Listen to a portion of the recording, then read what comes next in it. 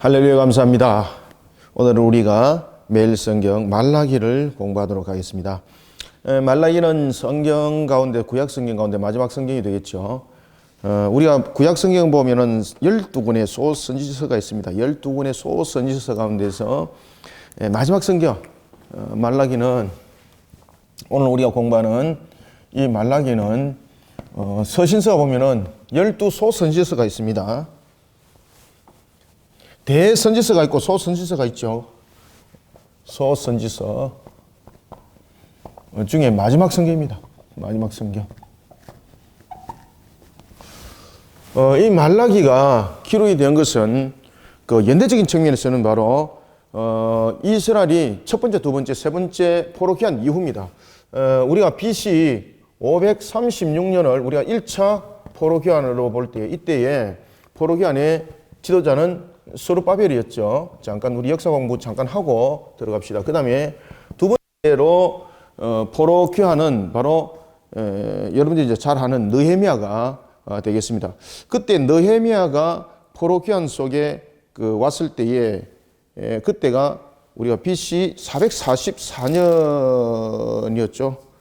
458년 이때에 2차 때에 느헤미야가 지도자가 되고, 그리고 BC 444년에 이때 3차가 되는데 지도자가 에스라가 되겠습니다.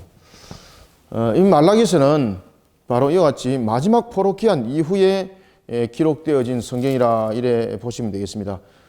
따라서 이 3차 포로기한 이후에 약 한 BC 434년 정도경 이때에 기록되지 않겠는가, 그렇게 추정이 됩니다. 그래서 BC 434년에서 뭐 432년 또는 430년까지 이렇게 보는데, 이때에 말라기서가 기록이 되어졌다, 기록 연대가 이렇게 볼 수가 있습니다.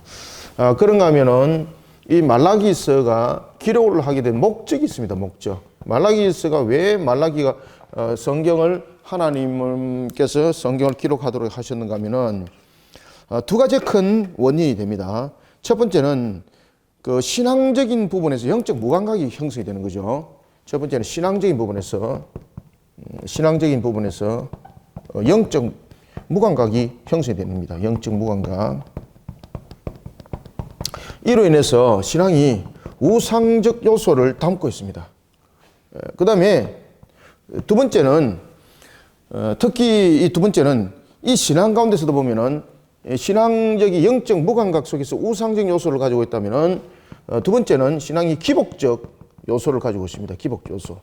이 기복적 요소를 통해서 마치 영적인 흑암을 초래하는 것 같은 그런 시대를 살아가는 그들에게 회개를 촉구하게 되고, 그리고 하나님 앞에 바로 설 수 있도록 이끌어가는 것이 바로 이 말라기서의 내용이라고 볼 수가 있겠습니다. 그래서 특히 말라기서는 보면은 이런 회개와 함께 또 안에 내용적인 측면에서 보면은 오실 메시아에 관한 내용을 통해서 신앙의 자세를, 메시아에 관한 내용을 통해서 신앙의 자세를 잃지 않게 합니다. 그래서 목적이 이런 신앙적인 부분이었고, 안에 내용적인 측면에서는 이런 영적 흑암 속에 사로잡힌 그들이 회개하고, 그리고 오실 메시아를 바라보도록 하면서 신앙이 더욱더 견고하게 써 나가도록 내용을 전개를 하고 있습니다. 이런 말라기서는 뭐 이미 그 이름에도 나타나고 있죠. 특히 이제 말라기라는 뜻은 어떤 뜻을 가지고 있는가 하면은, 말라기에 여러분들 가지고 있는 그 의미와 그 뜻은 말 그대로 하나님의 사자라는 그 측면을 가지고 있습니다. 그래서 나의 사자. 말라기가 하나님께서 이는 나의 사자다라고 일컫는 그런 이름의 의미를 가지고 있는 말라기.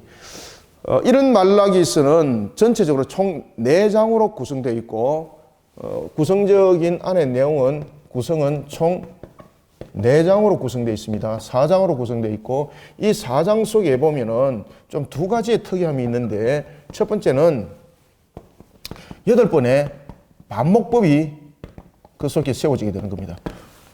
하나님께서 그들의 신앙을 지적합니다. 그때에 우리가 신앙에 무슨 문제가 있습니까? 이런 식으로 8번의 반목법이 등장을 하게 되고 그 다음에 6번의 예언문이 있습니다. 6번의 예언문이 있고 그 다음에 한 번의 종결문이 있습니다. 종결문. 말라기서는 이와 같이 총 4장이 이 화면에 다 보이죠? 구성이 전체적인 구성은 이런 요소를 형성하고 있는 것을 볼 수 있겠습니다. 그리고 이제 이런 그 말라기서의 내용 가운데서 또 특이하게 등장하는 것 가운데서 하나가 뭔가 하면은 선민사상과 이방인에 관한 내용을 다루고 있다는 사실입니다. 첫 번째, 선민사상이 가지고 있는 것은 의미적인 뿐만이 아니다. 선민사상이 가지고 있는 그 속에서 우리가 반드시 해야 될 부분들은 뭔가 하면은 우리가 선민이라 그러면은 무엇이 우리 속에 먼저 성립이 되어야 되는가 하면은 하나님의 법이 우리의 중심이 되어야 되고 이것을 지켜나가야 되는 것이다. 그 다음에 말라기서 보면은 이방인에 관해서 내용들을 다루고 있습니다. 그리고 이방인의 첫 번째, 예루살렘이 아닌 다른 장소에서도 예배를 드릴 수 있다는 것을 설명을 하고 있어요. 그래서 예배의 처소가 어딘가 모인 자들이 있는 곳은 예배 처소가 될 수 있다. 그리고 또 하나는 두 번째, 이방인 가운데서도 무엇이 있다는 것을 설명하겠습니까? 구원이 있다는 것을 말라기가 이 내용적인 측면에서 다 함께 설명을 하고 있습니다. 이런 말라기서를 우리가 1장부터 4장까지 개론을 잠깐 이제 보고 우리가 1장 어떤 의미로 우리가 큐티를 해야 되는지를 오늘은 개론과 1장을 통해서 1교시를 공부를 하고 그 다음에 2교시 때는 2장, 3장, 4장을 공부하도록 하겠습니다. 이것은 그냥 간략하게 제가 좀 일목요연하게 좀 알고 들어가고자 하는 의미에서 간단하게 설명드린 것이니까 이것은 여러분들이 성경을 읽어 나가기 전에 좀 아는 상식이 있어야 되겠습니다. 자, 이런 말라기서를 우리가 전체적으로 1장부터 4장까지의 개론을 보도록 하겠습니다. 그래서 1장부터 4장까지 내용은 전부 다 이런 내용들이 구성이 되어 있는 겁니다. 아시겠죠? 제가 지금 손으로 지적하고 있는 이 내용들 8번의 반복법과 그리고 6번의 예언문, 특히 6번의 예언문은 어떤 내용을 다루고 있을까?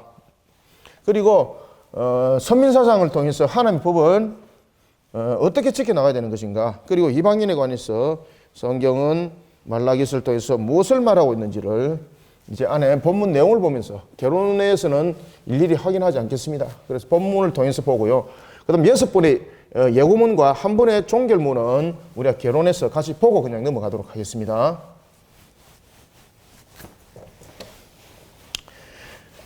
자, 이제 다 죽어갑니다.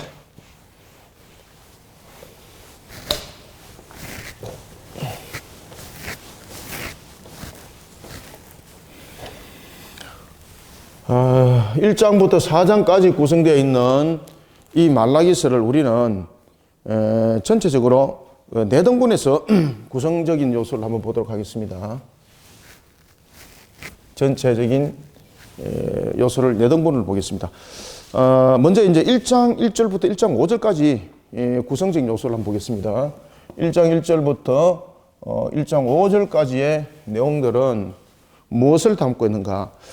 특히 1장 1절부터 5절까지는요, 제1예언을 담고 있습니다. 제1예언. 이 제1예언은 안에 내용이 여러분 무엇인가 하면은 여호와 하나님이 이스라엘을 사랑하게 된 이유를 설명하고 있습니다. 그때에 이스라엘의 자격을 말하고 있지 않습니다. 사랑에 대한 표현을 이야기를 하고 있을 때에 이스라엘이 탁월했기 때문에 하나님께서 사랑할 수밖에 없었다. 이걸 말하지 않고 있어요. 여기서 우리가 하나님이 우리를 선택하는 부분들이 어떻게 선택되어지고 있는가라는 것을 서민사상으로 보는 것이 아니라 하나님의 조건 없는 사랑으로서 이 내용들을 표현하고 있다는 것입니다.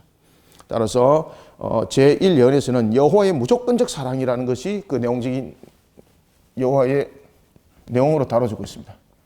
여호와 하나님의 무조건적 사랑.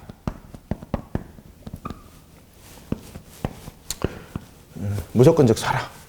이 내용들을 1장 1절부터 5절에서 다루고 있고, 그 다음에 1장 6절에서부터 2장 16절까지는 두 번째 예언과 세 번째 예언이 다뤄지고 있습니다. 2장 안에 한번 내용들을 한번 보십시오. 2장 16절까지는 우리가 제2 예언과 제3 예언이 이 속에 다뤄지고 있는데, 제2 예언은 어떤 내용인가?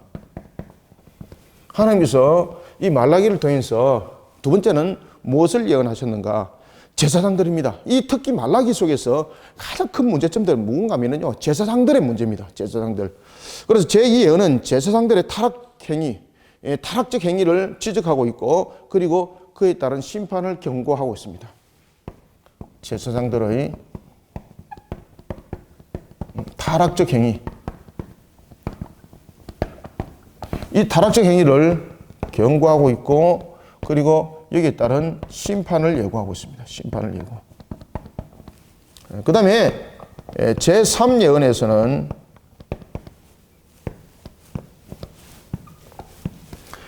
이 제3 예언에서는 또 무엇이 예언되어지고 있는가 하면은, 제사장만 문제 있겠습니까? 가르침 받으면 가르침 받는 사람도 문제가 있죠. 요한계시록에 여러분 보시면은 적그리스도에 의해서 속임을 당하고 거짓 선자에 의해서 거짓된 말씀을 배운 자들은 책임 없습니까? 다 책임이 있습니다. 그래서 제3예언에서는 이와 같이 제사장들의 타락한 행위 속에서 가르침 받았던 그들은 어떤 길을 걸어가는가? 그들 또한 분별력을 가져야 될 부분들은 그 제사장을 통해서 분별력을 가지는 것이 아니라 하나님의 말씀을 통해서 분별력을 가지게 되어야 되는 거죠. 그런데 그들이 하나님의 말씀 속에 젖어들지 못하다 보니까 그들도 함께 타락을 하게 되는 겁니다. 따라서 제3예언은 평민들의 타락된 행위를 지적하고 심판을 경고합니다. 하나님께서 평민의 타락된 행위를 경고하고, 여기에 대해서도 무엇을? 심판을 예고합니다. 심판 예고. 특히 평민들은 할 말이 많겠죠. 네, 제사장들이 그렇게 해서 우리는 따라갔습니다 라고 말하지만은, 여러분, 하나님께서 그 법을 줬고 말씀을 줄 때는 너희들은 제사장들만 따르라는 것이 아니라 하나님의 말씀을 따르라는 것이었습니다.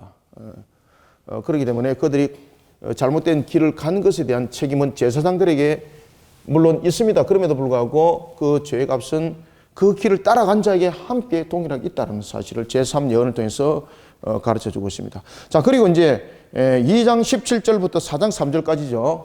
2장 17절부터 이 4장 3절까지가 4, 5, 6 예언이 함께 담겨져 있습니다.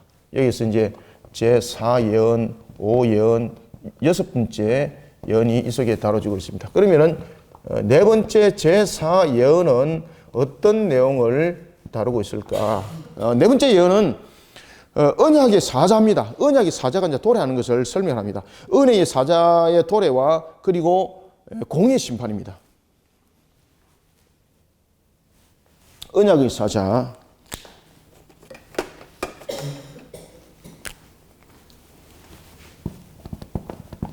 언약의 사자의 도래입니다. 도래와 공의에 따른 심판을 제4예언에서 그 내용을 설명하고 있고, 그 다음에 제5예언에서는 우리가 11조 이러면은 성경의 머릿속에 탁 떠오르는 것이 무슨 성경입니까? 말라기. 11조와 헌물에 대한 규례를 철저히 준수하라는 겁니다. 준수를 촉구하고 있습니다. 제5예언에서는 11조입니다. 11조와 봉헌물에 따른 철저한 준수.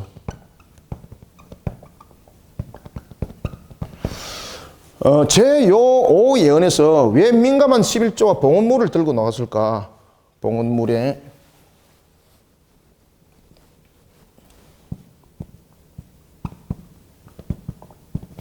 이런 부분들은 우리가 본문 안의 내용을 통해서 보도록 하겠습니다. 11조가 가지는 성격이 어떤 성격이고 봉헌물이 가지는 성격이 어떤 성격인지를 예언을 통해서 우리에게 가르쳐 주고 있습니다. 그래서 11조를 드릴 때 온전한 11조를 드리라 그럽니다. 그러면 온전한 11조가 무엇인가? 그래서 어떤 사람은 온전한 11조는 세금 내기 전이다. 그리고 어떤 사람은 온전한 11조는 소득의 부분이다. 라고 싸우고 있는 것을 제가 옛날에 부교했을 때 그 장로님과 그 안수집사 속에서 있었던 내용이 있습니다. 실화입니다. 실화. 그래서 제가 온전한 11조는 그것이 아닙니다. 라면서 온전한 11조가 무엇인지를 말라기를 통해서 제가 가르쳐 드린 적이 있습니다. 안에 오늘 본문을 통해서 온전한 11조가 무엇을 의미하는지를 우리가 보도록 하겠습니다. 자, 이와 같이 그러면 제6 예언에서는 어떤 내용을 다루고 있는가 하면 바로 여호와의 공의입니다. 여호와의 공의와 종말적 심판입니다. 그죠? 종말적 심판의 실현입니다. 제6 예언. 제6 예언은 특히 이 종말에 관한 내용들을 다루고 있죠. 여호와의 공의와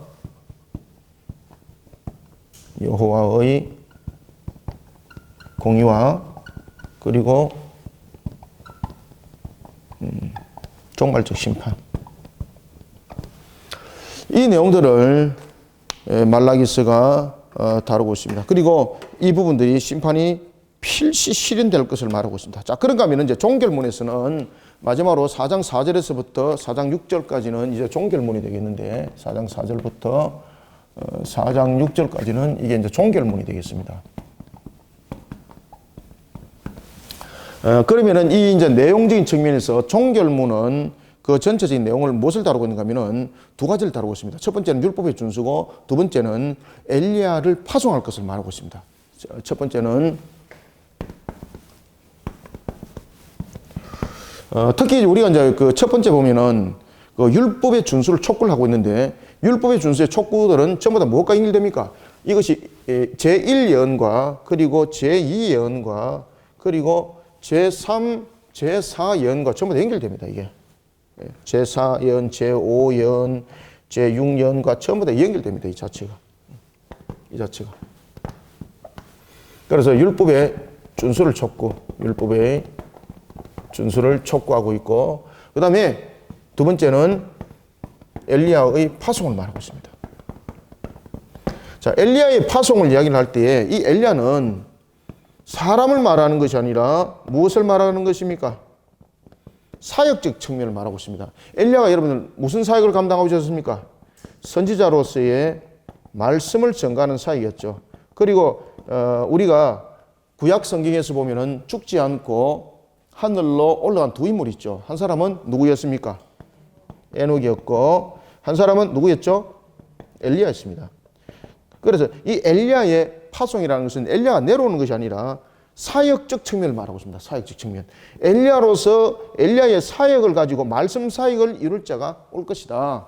그러면은 이 엘리야의 말씀을 사역을 이룰 자가 신약 성경에 보니까 누구였습니까? 바로 세례 요한이었습니다.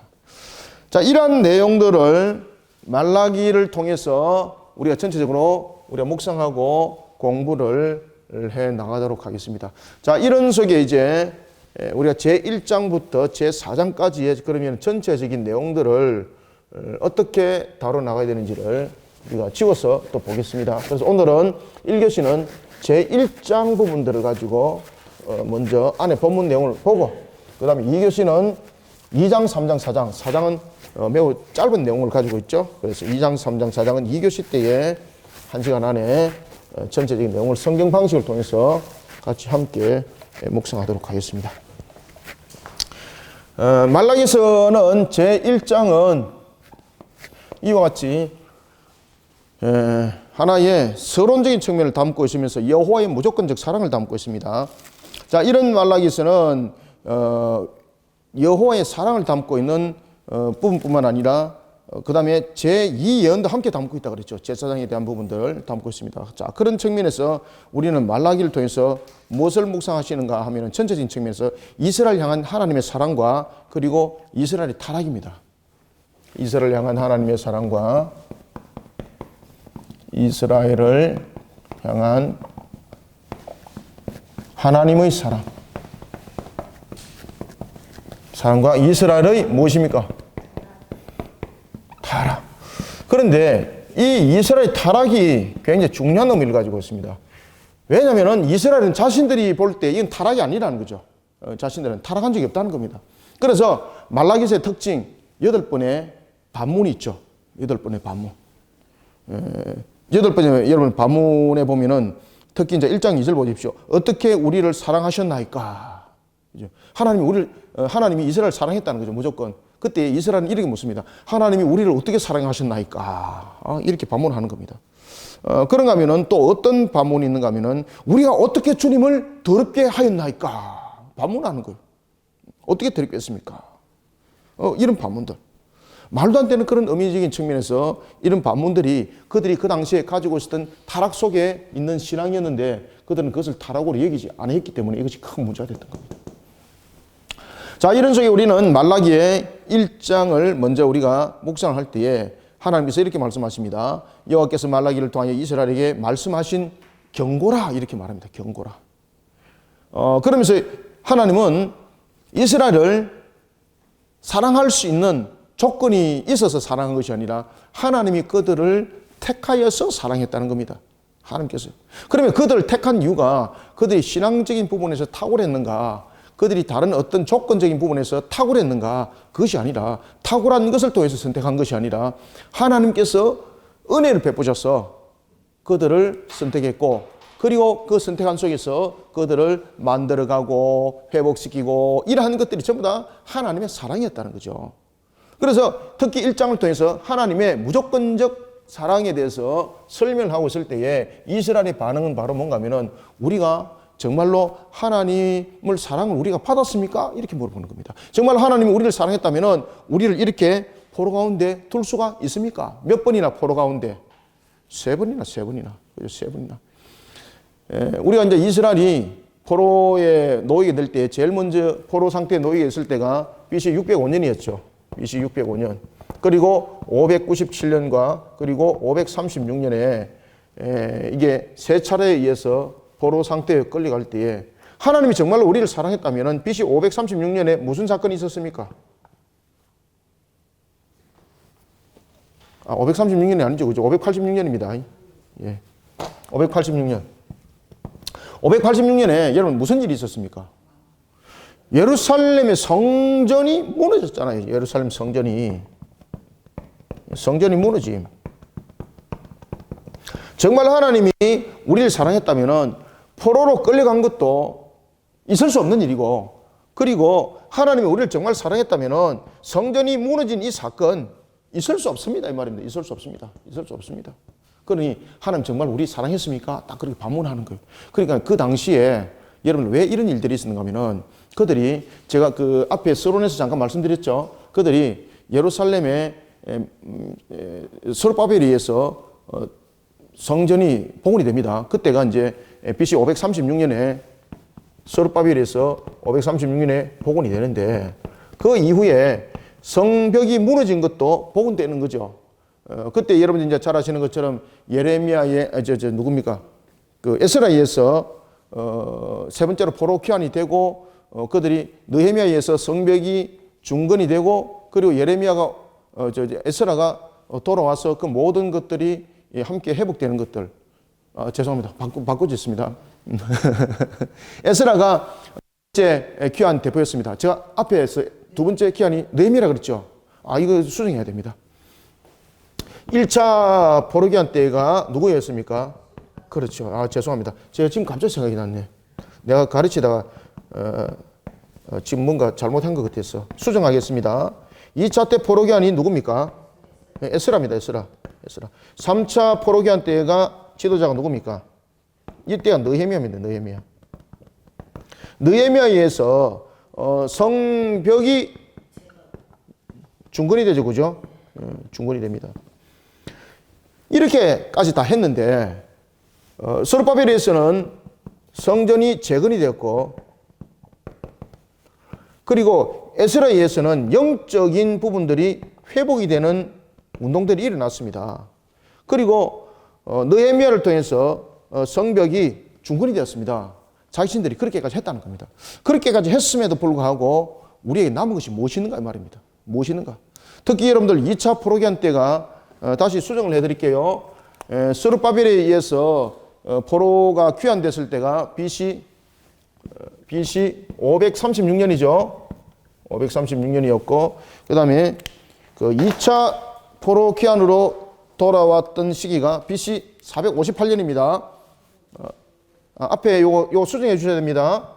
이때가 BC 458년이었고, 그리고 3차가 BC 444년입니다. 이때가 느헤미야입니다. 앞에 제가 이걸 바꿔서 설명했습니다. 느헤미야하고 에스라 이름을 제가 무슨 생각으로 그랬는지 모르겠습니다만 잠시 혼동이 있은 것 같습니다. 다시 수정하겠습니다.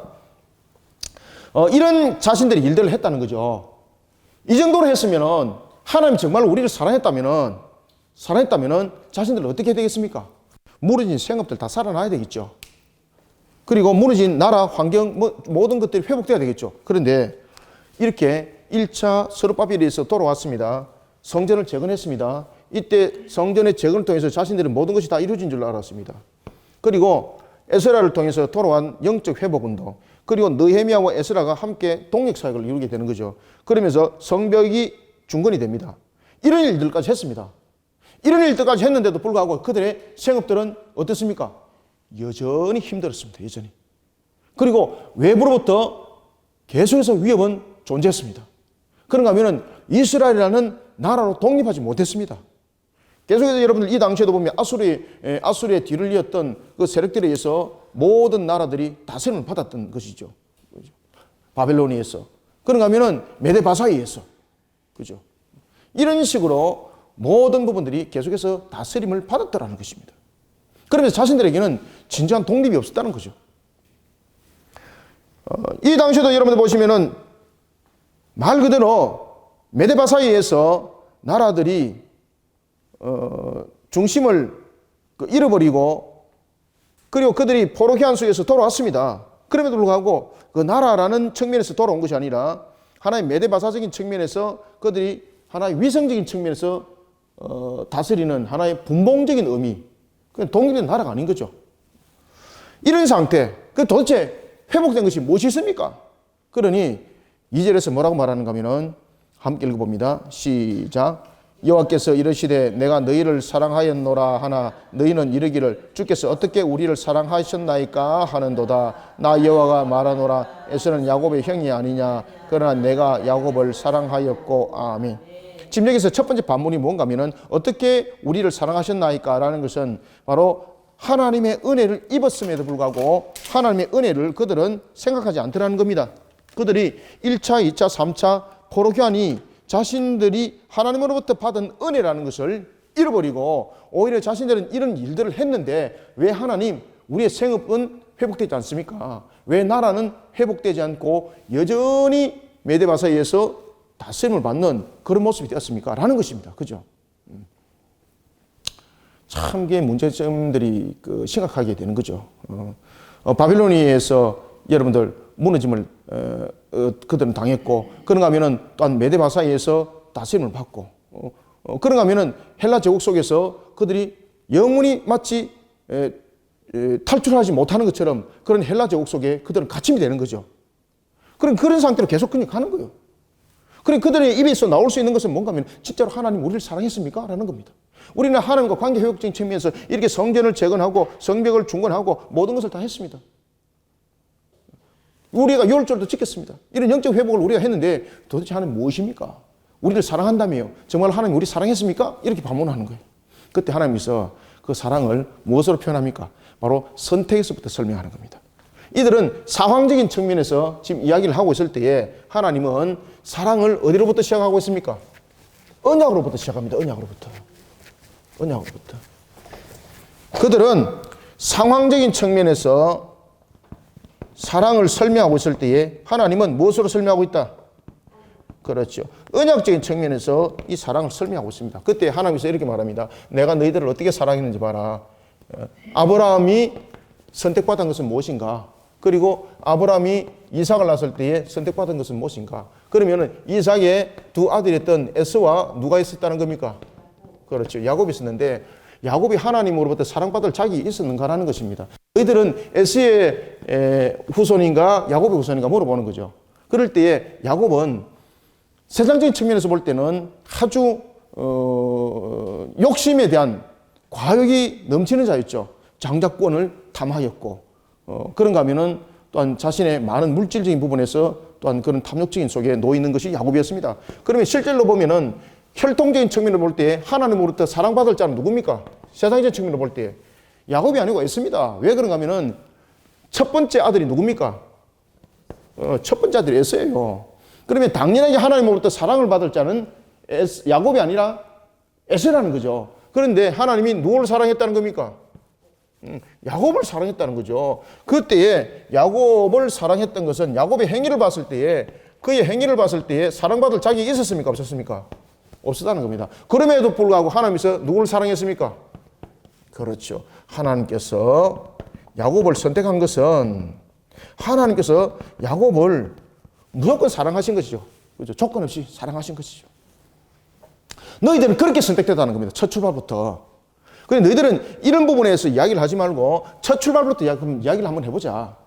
그런 상태 속에서 너희들은 나에게 뭐라고 말했느냐. 특히 하나님께서는 에서를 미워했다고 그랬습니다. 여기서 여러분 에서를 미워했다는 것은 신적 속성에 의해서 하나님은 미워할 수가 없는 신적 속성을 가지고 있습니다. 그럼 여기서 야곱을 사랑하고 에서를 미워했다는 것을 3절에서는 어떤 의미를 담고 있죠? 이것은 야곱을 그만큼 사랑했다는 거예요. 그만큼. 상대적인 측면에서. 그만큼 야곱을 사랑하다 보니까 상대적인 측면에서 마치 에서는 미워하는 것처럼 비춰졌다는 이야기예요. 왜 그렇습니까? 세상적인 측면을 볼 때에, 그리고 여러 가지 세속적인 그런 하나의 제도적인 측면에서 볼 때에 장자권은 분명히 에서에게 주어져야 되는 것입니다. 그리고 모든 가난에 대한 소유권은 야곱이 아니라 에서가 주어져야 되는 거예요. 그런데 하나님께서 그 모든 장자권과 소유권을 누구에게 줬습니까? 야곱에게 준 거죠. 결국은 여러분 가나안을 떠난 자는 야곱이 아니었고 누구였습니까? 에서였습니다. 에서가 떠날 때에 그 소유가 많음으로 함께 있을 수 없다는 것을 파악을 하고 그가 자신이 소유로 삼았던 그 땅 가나안을 떠나는 겁니다. 그렇죠? 그랬을 때 야곱과 에서를 비교 관점에서 봤을 때에 마치 에서를 미워하는 것처럼이라는 것은 야곱을 그만큼 사랑했다는 비교급적인 측면에서 말하는 거예요. 에서를 미워했습니다. 이게 아닙니다. 신적 속성적인 측면에서 만약에 하나님께서 좋아하고 미워한다는 그런 성격을 가지고 있다면 이거 문제가 심각한 겁니다. 이게. 그래서 3절에서 에서를 미워했다는 것은 신적 요소적인 측면에서, 신적 속성적인 측면에서 하나님은 미워할 수 있는 어떤 성질을 가지고 있지 않다는 것을 분명히 인지하시고, 이 부분은 그만큼 야곱을 하나님께서 축복하시고 사랑했었다는 것을, 이것을 조명하기 위함이었죠. 그래서 에서를 미워했고 라고 말을 하고 있는 겁니다. 그러면서 하나님은 그러한 속에도 야곱을 그리고 에서를 통해서도 절대 주권의 그 주권자로서의 권위를 놓지 않았다는 겁니다. 자, 3절부터 5절까지 한번 읽어봅니다. 시작. 에서는 미워하였으며 그의 산들을 황폐하게 하였고 그의 산업을 광야의 이리들에게 넘겼느니라. 에돔은 말하기를 우리가 무너뜨림을 당하였으나 황폐된 곳을 다시 사리라 하였거니와 만군의 여호와는 이르노나 그들은 사을지라도 나는 흘리라. 사람들이 그들을 일컬어 악한 지역이라 할 것이요 여호와의 영원한 진노를 받은 백성이라 할 것이며 너희는 눈으로 보고 이르기를 여호와께서는 이스라엘 지역 밖에서도 크시다 하시리라. 아멘. 부정할 수 없는 하나님의 절대 주권, 모든 것을 통해서 하나님께서 이끌어 가셨다는 겁니다. 여러분들, 우리가 보면은 사람의 능력적인 측면에서 보면은 에서가 많은 것을 차지하겠습니까? 야곱이 많은 것을 차지하겠습니까?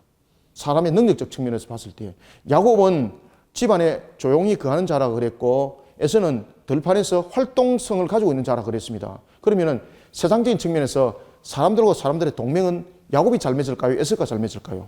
그럼요. 에서는요, 사회성도 좋아요. 사회성만 좋을 뿐만 아니라 아주 능력이 있어요. 그러면은 세상적인 측면에서 야곱이 차지할 수 있는 것은 없습니다.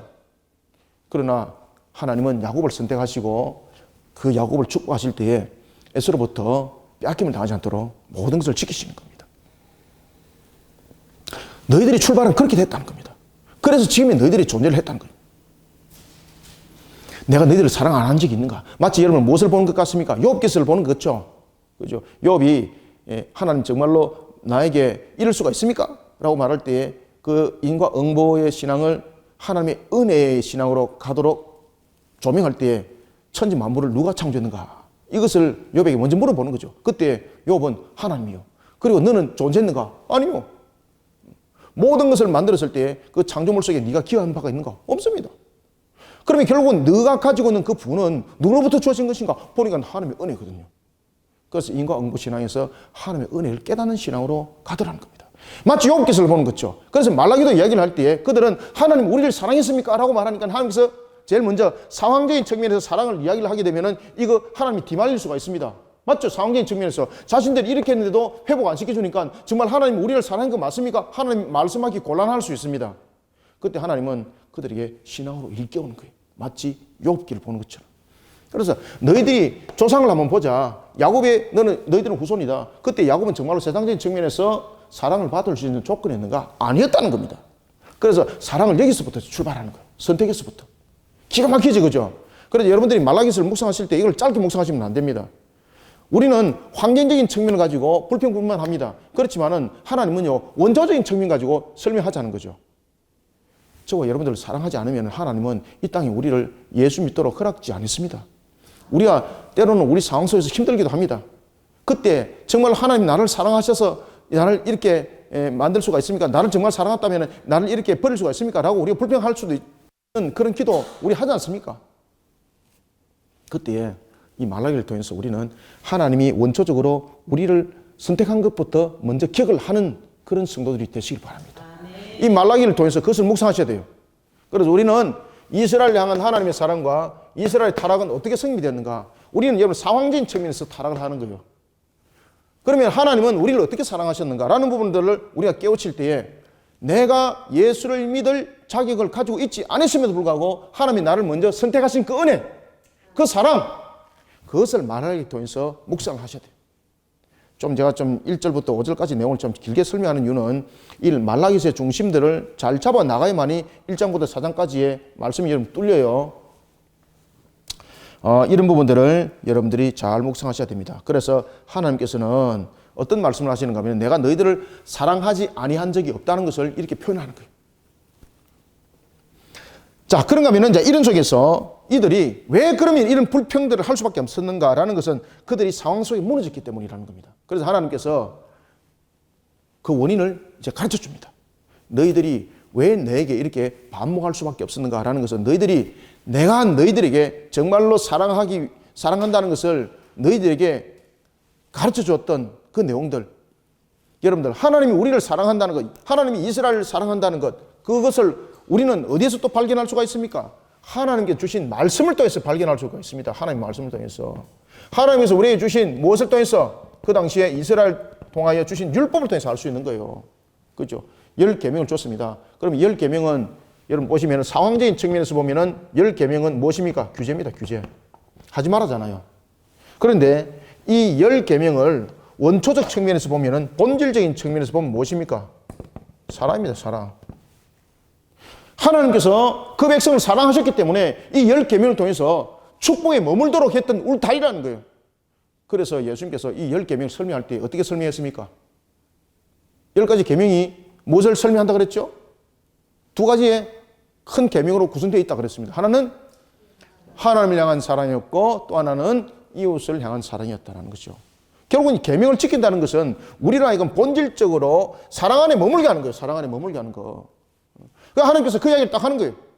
그러면 너희들이 왜 내가 너희들을 사랑하지 않았다라고 말하는가 하면 너희들이 내가 본질적으로 너희들을 축복했던 이 본질로부터 너희들이 떠났기 때문이다. 그러면 이 본질로부터 떠났던 근본적인 이유를 내가 한번 찾아보겠다. 누구로부터 시작됐습니까? 제사장부터 문제가 됐던 겁니다. 말라기서 좀 여러분 이렇게 배우니까 좀 각도가 좀 달라지죠? 그래서 여러분 말라기서를 공부를 잘 하셔야 됩니다.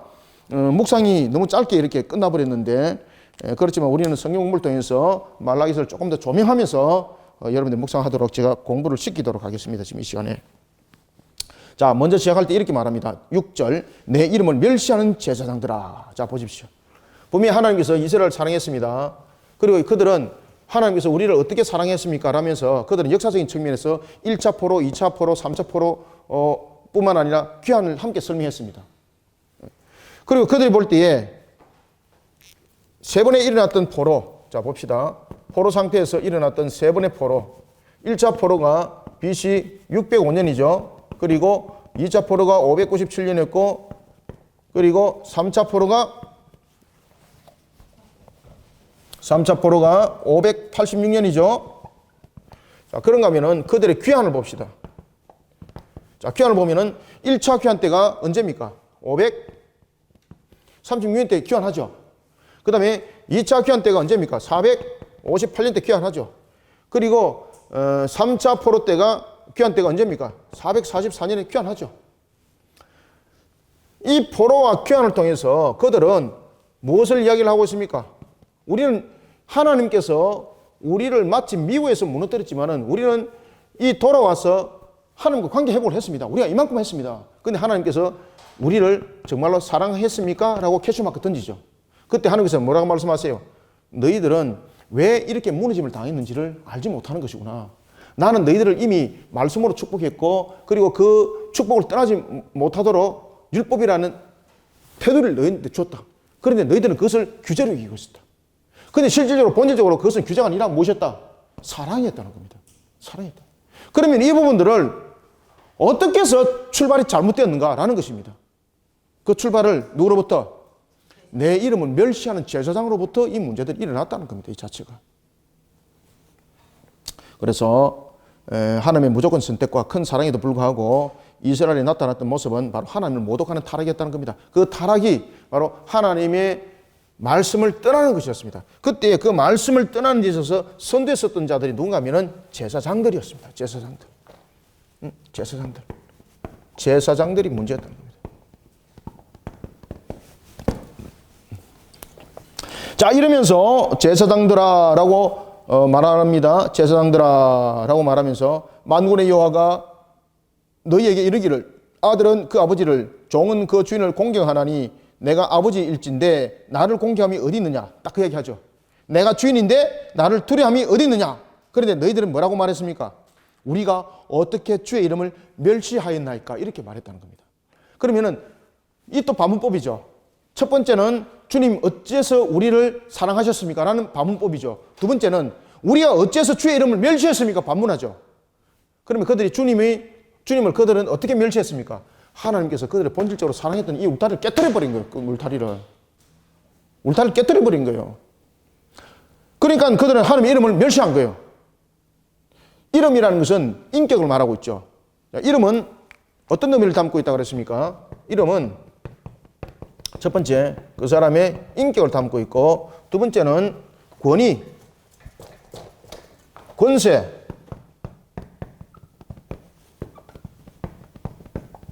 그것이 이름이 담고 있는 안의 의미입니다, 이게.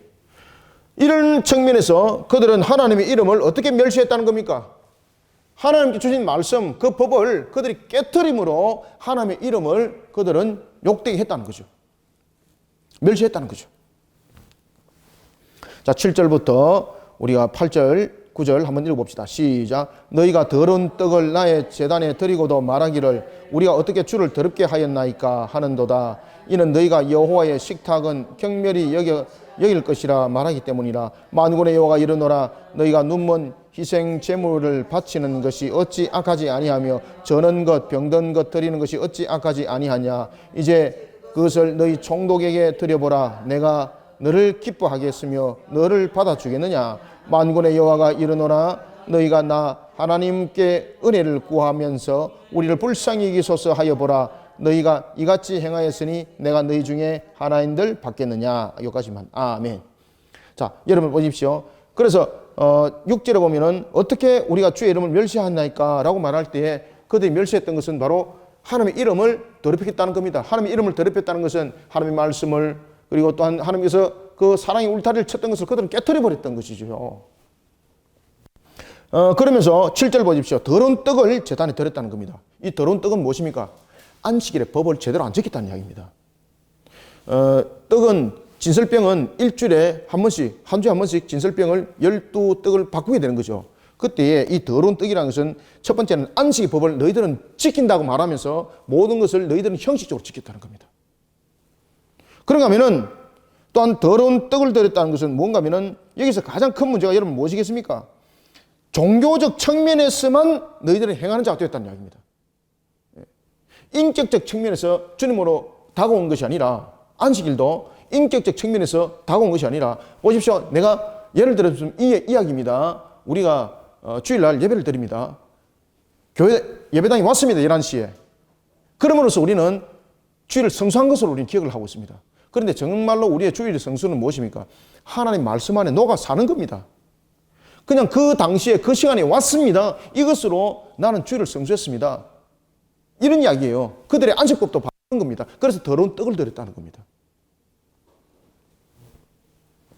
그래서 이 더러운 떡을 드렸다는 것은 실질적으로 그 당시에 그들이 진설병을 일주일에 한 번씩 교환을 안 할 수도 있었고요. 그 다음에 일주일에 교환을 한 번씩 안 했을 수 있다라고는 말할 수 없는 거예요. 왜 그런가 하면 그들은 하나님 정말로 우리 사랑했습니까? 이 뜻을 통해서 볼 때에 그들은 행위적인 측면에서는 율법을 잘 지켰다는 이야기입니다. 그러면 이 더러운 떡이라는 것은 어떤 의미를 담고 있습니까? 이 더러운 떡이라는 것은 바로 안식의 법에 대한 그 정신, 인격적으로 그들은 하나님 앞에 드리는 안식일의 내용을 담고 있지 않았다는 겁니다. 이해가시죠? 그래서 더러운 떡으로 나의 제단에 드리고도 말하기를 어떻게 말했습니까? 우리가 어떻게 주를 더럽게 했습니까? 이 말입니다. 우리가 어떻게 주를 더럽게 했습니까?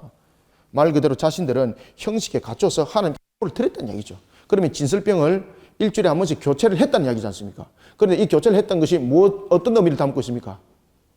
그저 기계적이고 종교적 행위적인 측면에서 바꾸는 거예요.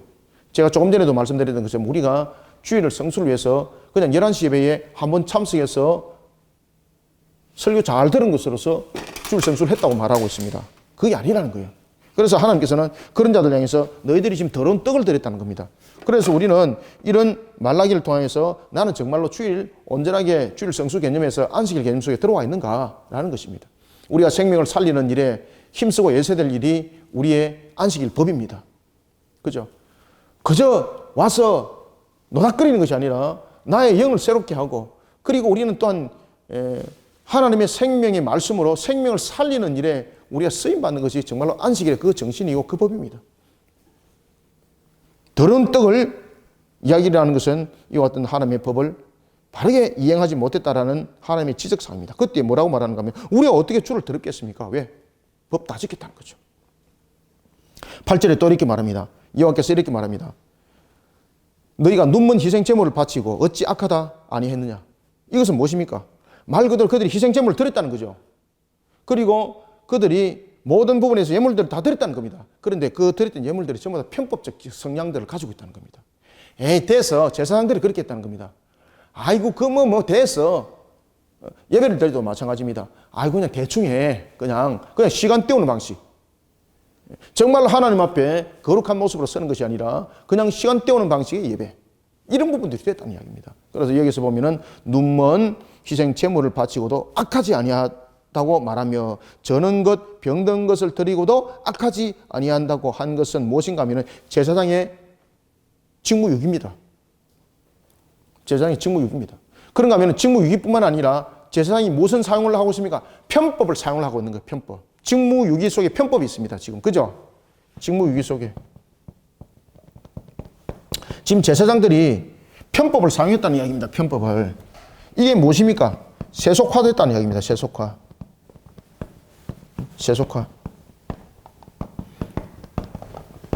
우리가 어떤 관계 속에서도 여러분 세속화의 길들을 걸어가면은요 안 됩니다. 따라서 우리가 하나님께 드리는 예배는 정말로 우리가 시대의 흐름을 따라서 가는 것이 아니라 하나님의 말씀을 따라서 하나님을 경배하는 예배가 되어야 되는 겁니다.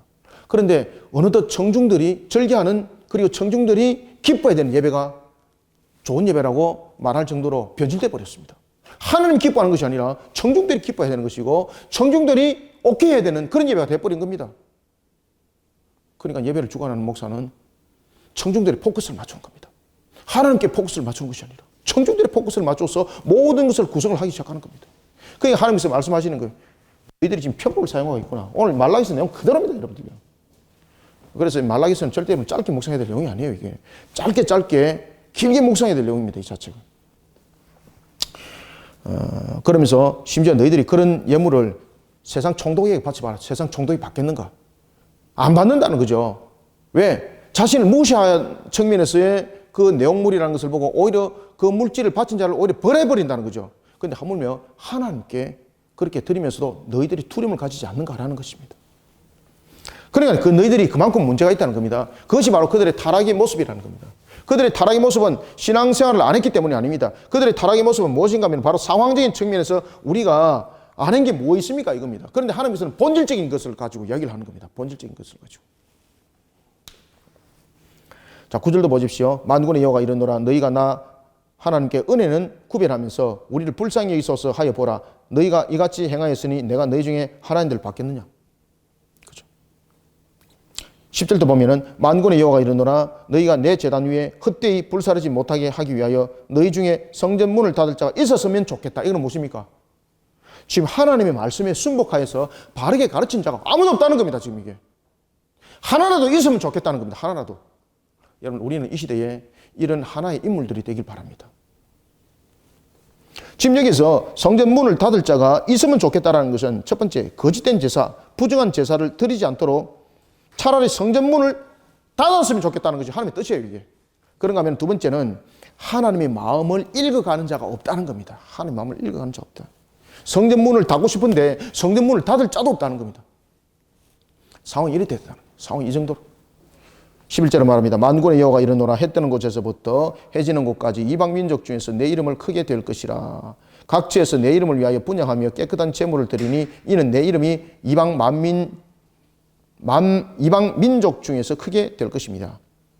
당시에 예루살렘에서만 그리고 예루살렘의 성전에서만 예배 드린다고 그들은 그 개념 속에 있었습니다. 그때 하나님께서 뭐라고 말씀하시는가 하면은 그 개념을 깨뜨려 버린다는 거죠. 예배를 드리는 것은 나를 경외하는 곳에는 예배 취소가 될 수 있다는 겁니다. 그 당시에 여러분 그 당시로서는요, 이거 굉장히 충격적 내용입니다. 하나님을 경외하는 곳이 지금 어떤 곳이라는 겁니까? 이방인이 있는 곳, 그것도 내 이름이 함께 할 것이라는 겁니다. 그러니 너희들은 성전을 회복시켰습니다. 성벽을 재건했습니다. 그럼에도 불구하고 하나님께서 우리를 이대로 둘 수 있습니까? 라고 너희들은 말하는 것이 아니다. 너희들은 그러면 건물을 회복시킨 측면에서 나와 영적 교통적인 측면에서는 회복시킨 것이 있는가 물어보는 겁니다.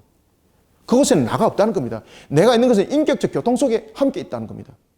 그럴 때에 차라리 이방인이 있는 곳에 그들이 나를 향한 믿음이 있다면 나는 그들과 함께 그곳에 있을 것이다.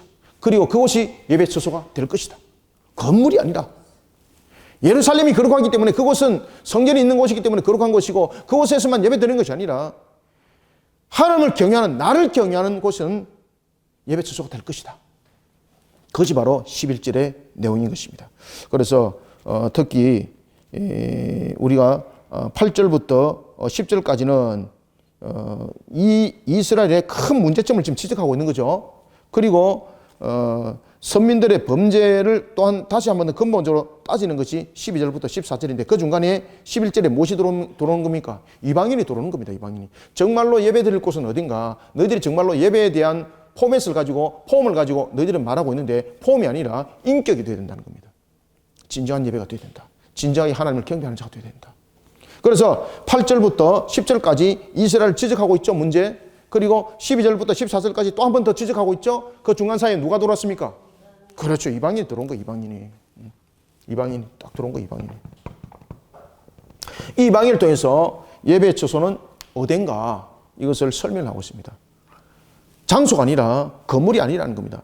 하나님을 향한 바른 경배가 있는 곳에 내가 함께하리라. 자, 이제 12절부터 14절까지 읽고 마무리하겠습니다. 시작. 그러나 너희는 말하기를 여호와의 식탁은 더러워졌고 그 위에 있는 과일 곧 먹을 것은 경멸이 여길 것이라 하여 내 이름을 더럽히는도다. 만군의 여호와가 이르노라 너희가 또 말하기를 이 일이 얼마나 번거로운고 하며 코웃음을 치고 훔친 물건과 저는 것 병든 것을 가져왔느니라. 너희가 이같이 봉헌 물을 가져오니 내가 그것을 너희 손에서 받겠느냐? 이는 여호와의 말이니라. 짐승 떼 가운데 수컷이 있거늘 그 서원하는 일에 흠 있는 것으로 속여 내게 드리는 자는 저주를 받으리니 나는 큰 임금이요 내 이름은 이방 민족 중에서 두려워하는 것이 됨이니라. 만군의 여호와의 말이니라. 아멘. 코드 좀 쳤다는 거죠. 12절도 여러분 보시면 12절부터 14절은 선민이 범죄에 또한 그들이 모습이 어떤가를 이제 근본적으로 지적을 또 한 번 더 하는 거죠. 그때 12절 보면은 제사장들은 직무유기된 상태에 놓여 있었다는 겁니다. 12절. 스스로 무가치한 재물을 오히려 흠 있는 재물을 받아들였고, 그리고 상을 더럽혔고, 그리고 제사 자체를 무가치하게 취급해버린 직무유기. 그러면 또한 13절 보십시오. 하나님께 거룩한 예식을 올려야 할 제사장들이 그 예식에 오히려 번거롭다고 아무 재물이나 그냥 함부로 드리도록 하는 거예요. 이 번거롭다. 그냥 이거 우리 그냥 편한 대로 하자. 이거는 생략하고, 이거 그냥 옛날 제도야, 그냥. 이거 그냥 생략하고, 우리 새 시대에 맞는 제도 그냥 도입하면 돼. 이런 식으로 했다는 겁니다. 하나님께서 그 예배 안 받는다. 그 예배를 안 받는다는 겁니다. 어제나 언제나 동일하신 하나님께서 오늘도 우리의 예배를 통해서 이 말씀을 지금 주고 있다고도 보셔야 됩니다, 여러분들요. 그래서 우리는 이 말라기를 통해서 우리가 크게 두 가지 측면을 우리는 묵상을 또한 하는 것이 좋습니다. 이미 묵상을 무엇을 어떻게 해야 될지를 제가 설명 다 드렸죠, 그죠? 그래서 이 부분들을 놓치지 마셔야 됩니다. 그리고 이런 측면에서 우리는 또한 말라기를 통해서 크게 두 가지 측면을 다시 한번 더 돌이켜 볼 것이 있는데, 그것은 뭔가 하면 성도는 자신을 향한 하나님의 큰 사랑을 먼저 깨닫는 자가 되어야 됩니다. 성도는 자신을 향한 하나님의 크신 사랑 먼저 깨달아야 된다.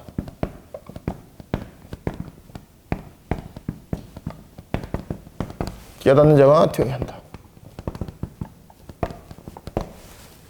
이것이 지금까지 길게 이야기했던 내용이죠. 그 다음에 두 번째는 우리가 이 내용을 통해서 또한 집중적으로 좀 깨달아야 될 것이 뭔가 하면은 하나님의 사랑에 우리는 합당한 헌신이 있어야 된다. 하나님의 사랑에 대한 합당한 헌신과 그 희생의 삶을 살아야 된다. 하나님의 사랑에 합당한 무엇입니까? 헌신과 희생의 삶.